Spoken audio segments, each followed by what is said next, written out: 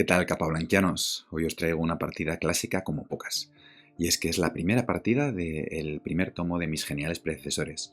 No sé si conocéis esta genial obra del ex campeón mundial Garry Kasparov, de varios volúmenes, en la que va dando un pequeño repaso a la historia del ajedrez, a la vez que analiza las partidas más importantes que tuvieron lugar en cada uno de los diferentes periodos y con protagonistas que van desde un poquito antes de Steinitz a luego ya los grandes campeones, ¿no? Desde Steinitz a Anatoly Karpov, los 12 campeones mundiales que precedieron a Garry Kasparov, y por eso el título de la serie de Mis geniales predecesores. La verdad es que el libro, como digo, es una bonita combinación de historia del ajedrez y de análisis de las partidas. Quizás, bueno, pues las partidas tengan un análisis muy exhaustivo para alguien que esté empezando, pero bueno, uno siempre puede dejar algunos comentarios sin revisar y centrarse en las jugadas principales, ¿no? Si todavía está dando los primeros pasos en el ajedrez. Una obra, la verdad, muy recomendable para todos los amantes del ajedrez, independientemente del nivel de cada uno. Y vamos a ver hoy la primera partida de esta obra, que se sitúa en el periodo de antes de Steinitz, ¿no? Antes del primer campeón mundial, de Wilhelm Steinitz. Guillermo I le llama Kasparov. Y bueno, pues vamos a ver una partida que enfrentó a dos de los grandes jugadores del siglo XIX, ¿no? A Alexander McDonnell, jugador irlandés, y a La Bourdonnais, un jugador francés, exponente del mejor ajedrez en aquellos años a ambos lados del Canal de la Mancha, ¿no? Estamos en el año 1834 y bueno, por ponernos un poquito en contexto histórico, pues bueno, en España el año anterior acababa de fallecer Fernando VII y dando lugar al problema dinástico, el problema sucesorio que desembocó en la primera de las guerras carlistas, ¿no? Entre los partidarios de que subiese al trono, a pesar de ser mujer, su hija Isabel II, o que lo hiciese su hermano Carlos María Isidro. Bueno, quedaría luego, sería el primero de los llamados siete, bueno, creo que son siete, ¿no? Reyes legítimos de la dinastía carlista, que no llegaron nunca a ocupar el trono, pero bueno, ahí ese era el contexto en España, ¿no? En Europa, pues bueno, comenzaba a nacer una época que luego acabaría conociéndose como época victoriana, ¿no? Y que habría de englobar pues todas esas pues 2/3 partes prácticamente, ¿no? del siglo XIX. Y bueno, una época, la verdad, muy interesante desde el punto de vista del ajedrez, porque comenzaban a atisbarse ya las bases de lo que sería el ajedrez moderno, sobre todo en lo que se refiere a la unificación de las reglas, porque bueno, hasta esa época pues todavía en algunos sitios, por ejemplo, se permitía enrocar, en otros no se permitía el enroque, en algunas variantes variantes regionales me refiero, pues igual solamente se permitía coronar aquellas piezas que se hubiesen capturado previamente, incluso, bueno, ya sabéis la famosa anécdota de que se podían coronar hasta piezas del rival, la famosa anécdota de Andersen. Bueno, el ajedrez todavía no estaba, por supuesto, no estaba profesionalizado, faltaba todavía un siglo para que apareciese la Federación Internacional, la FIDE, pero incluso, como digo, pues las reglas todavía estaban acabando de cuajar, ¿no? Pero vamos a ver una partida en la que algunos detalles parecen muy modernos ya, incluso uno en concreto me gusta mucho porque lo hemos visto hace poco en una partida reciente del campeón mundial Magnus Carlsen. Vamos a ver esta emocionante partida en la que los protagonistas, ya os digo que van a ser los peones, esos peones en los que ya en el siglo XVIII, adelantándose unos años incluso a la Revolución Francesa, otro francés, Antoine de Philidor, había dicho que eran el alma del ajedrez los peones. Y vamos a ver aquí hoy como unos peones infernales acabaron con las esperanzas del blanco en esta partida. Bueno, la partida comenzó con la defensa siciliana. Si veis, bueno, pues una defensa muy moderna, ¿no? Caballo F3, caballo C6, incluso la línea que está jugando el campeón mundial Magnus Carlsen, este caballo C6, D4, peón por, caballo por, y E5, dando lugar aquí pues a la posibilidad de plantear la famosa variante La Bourdonnais, que toma nombre de este jugador que tenemos aquí con las piezas negras, y que bueno, pues tendría lugar después de caballo B5, permitiendo la posibilidad de caballo D6, ¿no? Con una jugada, por ejemplo, como A6, que se permite el cambio del alfil de casillas negras y bueno, la ocupación de esta debilidad. La verdad que bueno, es un poquito compleja la línea, pero bueno, hoy en día no es muy popular porque se entiende que las blancas son capaces de conseguir aquí una posición muy buena, ¿no? El campeón mundial Magnus Carlsen prefiere aquí jugar la variante Sveshnikov, ¿no? Que tendría lugar después de caballo F6, caballo C3, E5, caballo E5 y ahora D6, no permitiendo este jaque aquí, ¿no? Otra posibilidad muy interesante también, en vez de caballo F6, es jugar E5 directamente, como hacía la Bourdonnais, pero ahora aquí después de caballo E5, no hacer el A6 primero, sino D6, que sería la variante Kalashnikov, ¿no? En la que, bueno, pues el negro se reserva un poquito el desarrollo del caballo por si acaso le interesase más sacarlo por E7 o romper en F5, y da prioridad quizás a la jugada A6 después de D6, ya digo, que no permite dar el jaque aquí, ¿no? Pero bueno, en esta partida Alexander McDonnell, después de E5, hace una jugada que hoy en día no se considera quizás la mejor, ¿no? Porque lo que hizo fue cambiar en C6, y ahora aquí, bueno, sobre todo para los que estéis empezando, mi pregunta es, ¿con qué peón tomaríais? Bueno, pues evidentemente espero que, sobre todo los más avanzados, sepáis que hay que tomar hacia el centro, con el peón que se acerca al centro. Si tomo con este peón lo estoy alejando del centro del tablero, estaría aquí, ¿no? En estas columnas. Entonces, si tomo con el peón de D, otro sí, de que además pierdo el enroque por dama, rey por, pues estoy alejando los peones del centro. Es mejor estrategia esta, traer los peones al centro para ahora poder apoyar la ruptura. Y eso fue lo que hizo, por supuesto, Monsieur La Bourdonnais. La partida continúa aquí con alfil C4, caballo F6, ya pues atacando el peón de E4, alfil G5, clavando el caballo y defendiendo el peón de forma indirecta, alfil E7, rompiendo esa clavada, y dama E2. D5, una ruptura central muy buena, ¿no? Porque ahora pues el negro consigue el llamado centro clásico, con peones en 4 rey y en 4 dama, y el alfil ahora pues se tiene que retirar. Alfil por primero, alfil por y alfil aquí. ¿Por qué alfil por F6? Bueno, porque si os dais cuenta, si el alfil se retira directamente, entonces perdería el peón de 4, ¿no? Porque ahora estaba atacado por el caballo y por el peón. Entonces por eso primero intercala esta jugada McDonnell, ¿no? Alfil por y ahora alfil B3. Enroque corto, el rey seguridad, ¿no? El enroque a la persona muchos bienes proporciona. Lo mismo entienden las blancas. Y ahora A5, una jugada también que me gusta muchísimo, porque no solamente amenaza ganar el alfil con la jugada 4, sino que, fijaos, el alfil viene a 6 y también está amenazando ganar una calidad, ¿no? Se continúa con peón por peón, ahora alfil A6 no funcionaría por alfil C4, peón por, restableciendo las amenazas, y ahora torre de 1, una jugada pues muy interesante, ¿no? Porque ahora plantea el ataque sobre el peón de D5, de modo que al mismo tiempo además pues evita esa clavada de la dama y la torre, ¿no? Con alfil A6, ese pincho. Bueno, D4, los peones muy fuertes aquí. Fijaos que, vamos, el centro de las negras es totalmente envidiable, ¿no? Y además apoyado por este alfil que no tiene rival en las casillas negras. No obstante aquí, seguramente a la Bourdonnais le hubiese gustado más mantener el centro flexible, pero yo creo que aquí calculó que si hacía alfil B7, existía alfil por D5, alfil por, y ahora caballo C3, atacando el alfil, y la clavada evita que pueda ser retirado, ¿no? Con lo que pues, el blanco quedaría en una posición muy buena, sino prácticamente decisiva, con ventaja decisiva, ¿no?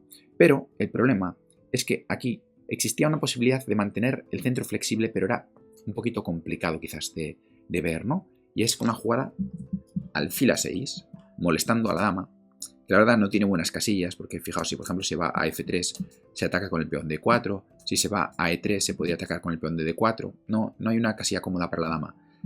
Yo supongo que lo que hubiese hecho aquí McDonnell era dama G4, sobre todo conociendo a los jugadores de esta época, pues la dama activa, ¿no? Cerca del rey aquí, dama G4. Pero es que ahora sí que es posible alfil B7, manteniendo este centro. Y ahora mi pregunta es, ¿qué pasa ahora si el blanco trata de hacer la misma combinación de alfil por D5 y caballo C3? Bueno, pues espero que hayáis visto aquí que alfil por D5 ahora no funciona, porque después de alfil por D5 y caballo C3 hay ahora una jugada que antes no existía, que es alfil E6, atacando la dama. Y ahora, claro, si se come la torre come la dama, simplemente alfil por G4 mantiene la ventaja. Y si dama por E6, que alguien podría pensar, bueno, ¿qué pasa aquí si dama por, no? Después de peón por, ¿cómo la dama? Pues fijaos que si contamos bien, estamos comiendo la dama, es verdad, pero la torre desaparece y entonces hay dos torres a cambio de una torre. Hay una torre de ventaja por parte del negro, por lo tanto esta línea tampoco funcionaría, ¿no? Entonces, este pequeño detallito con alfil a6 hubiese permitido mantener el centro. Pero bueno, la jugada de McDonald, perdón, de la Bourdonnais con D4, yo creo que está muy bien. D4, C4. Ahora aquí esta jugada es un poquito extraña, porque yo creo que ningún jugador moderno hoy en día hubiese permitido que estos dos peones quedasen aquí ligados y pasados con C4, ¿no? Yo creo que hoy en día alguien hubiese tratado de hacer C3 para tratar por lo menos de cambiar uno de los peones y que sea uno solo.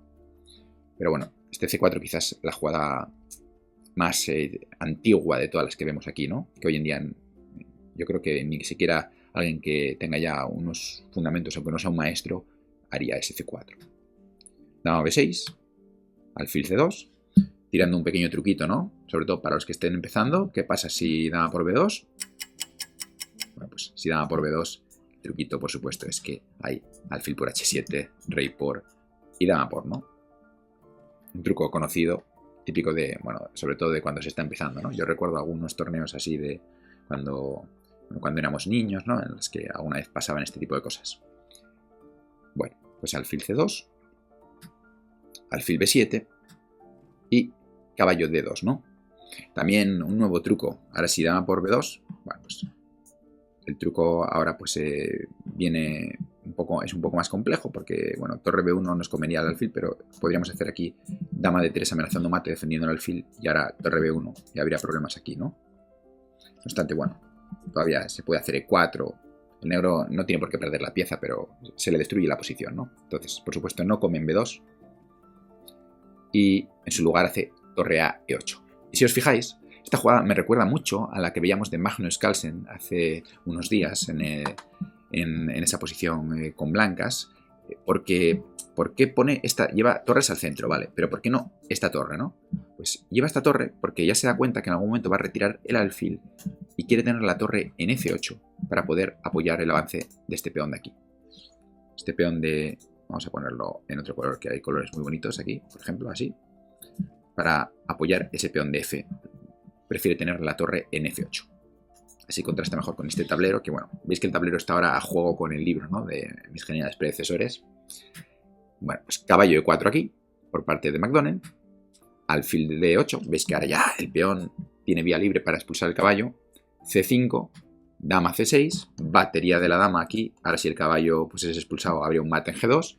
Por eso F3, una jugada muy fácil de entender, ¿no? Un poquito de piedra. No hay suficiente material para ponerle cemento al alfil, pero un poco de piedra sí que le pone aquí con F3, ¿no? ¿Os acordáis de ese patrón?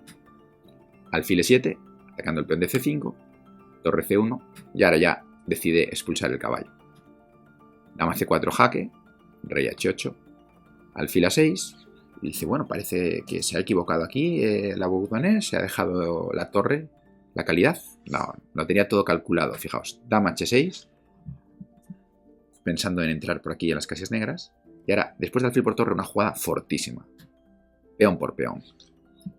Atacando el alfil sigue atacado, pero además F3, ¿no? Entonces, claro, ahora si el alfil se retira, peón por es un destrozo, ¿no? Porque la posición se derrumba totalmente, incluso primero quizás dama E3 para luego amenazar que peón por sea jaque en G2, después de rey H1. Por ejemplo, me refiero a, imaginaos, alfil A4, aquí dama E3, rey aquí, peón por, esto es, vamos, prácticamente es mate ya, ¿no? Pero ¿qué pasa? Que había que tener calculada otra jugada.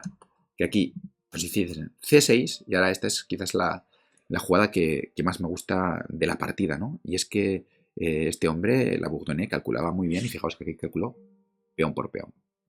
Peón por peón, una jugada muy fuerte porque no vale comer el alfil porque hay esta variante tan bonita, fijaos. Dama E3 jaque, rey H1, jaque y ahora entra la torre con efectos decisivos, ¿no? Buscando ahí el mate.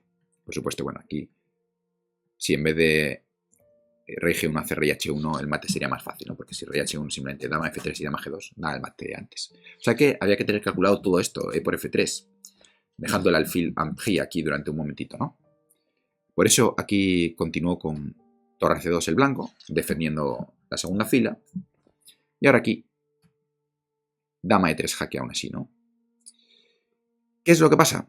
Que esta jugada, pues tristemente, y con el ordenador a nuestro lado, pues podemos decir que fue un error, ¿no? Un error muy grave, porque ahora aquí el blanco tiene por primera vez la oportunidad de defenderse. Y la verdad que me extraña que no, que no haya sido capaz de hacerlo McDonnell, un jugador de la fuerza de McDonnell, porque casi me parece hasta la jugada más normal aquí. Fijaos, él hizo aquí rey H1, que la verdad me parece una jugada, no sé, me parece quizás menos natural que torre F2, aunque bueno, quizás alguien lo vea de otra forma, ¿no?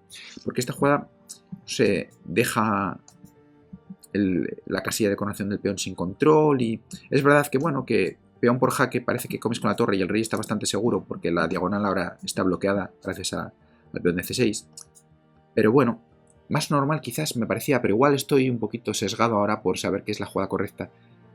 Torre F2, ¿no? Torre F2 que defendía la posición, porque después de peón por existe simplemente dama E2. Y ahora pues el blanco logra aguantar aquí. Después, por ejemplo, imaginaos, si cambia la torre simplemente dama por torre, y es una torre de ventaja y, bueno, una calidad de ventaja, pero el alfil de C6 está tocado, se van a cambiar las damas. Y otra jugada como, por ejemplo, aquí, vamos a ver, dama por E2 quizás. Simplemente torre por, alfil C8 y alfil D7, ¿no? Y el blanco aguanta después de, por ejemplo, rey por, el rey podría venir a bloquear los peones y parece que la calidad se va a acabar imponiendo, ¿no? La calidad de ventaja. Aunque bueno, la posición todavía hay mucho que jugar, ¿eh? Pero bueno, sin duda era ahora es el negro quien tiene que demostrar algo y esto acaba con los problemas de las blancas sin duda, ese torre F2. Por lo tanto, dama E3, una pena, ¿no?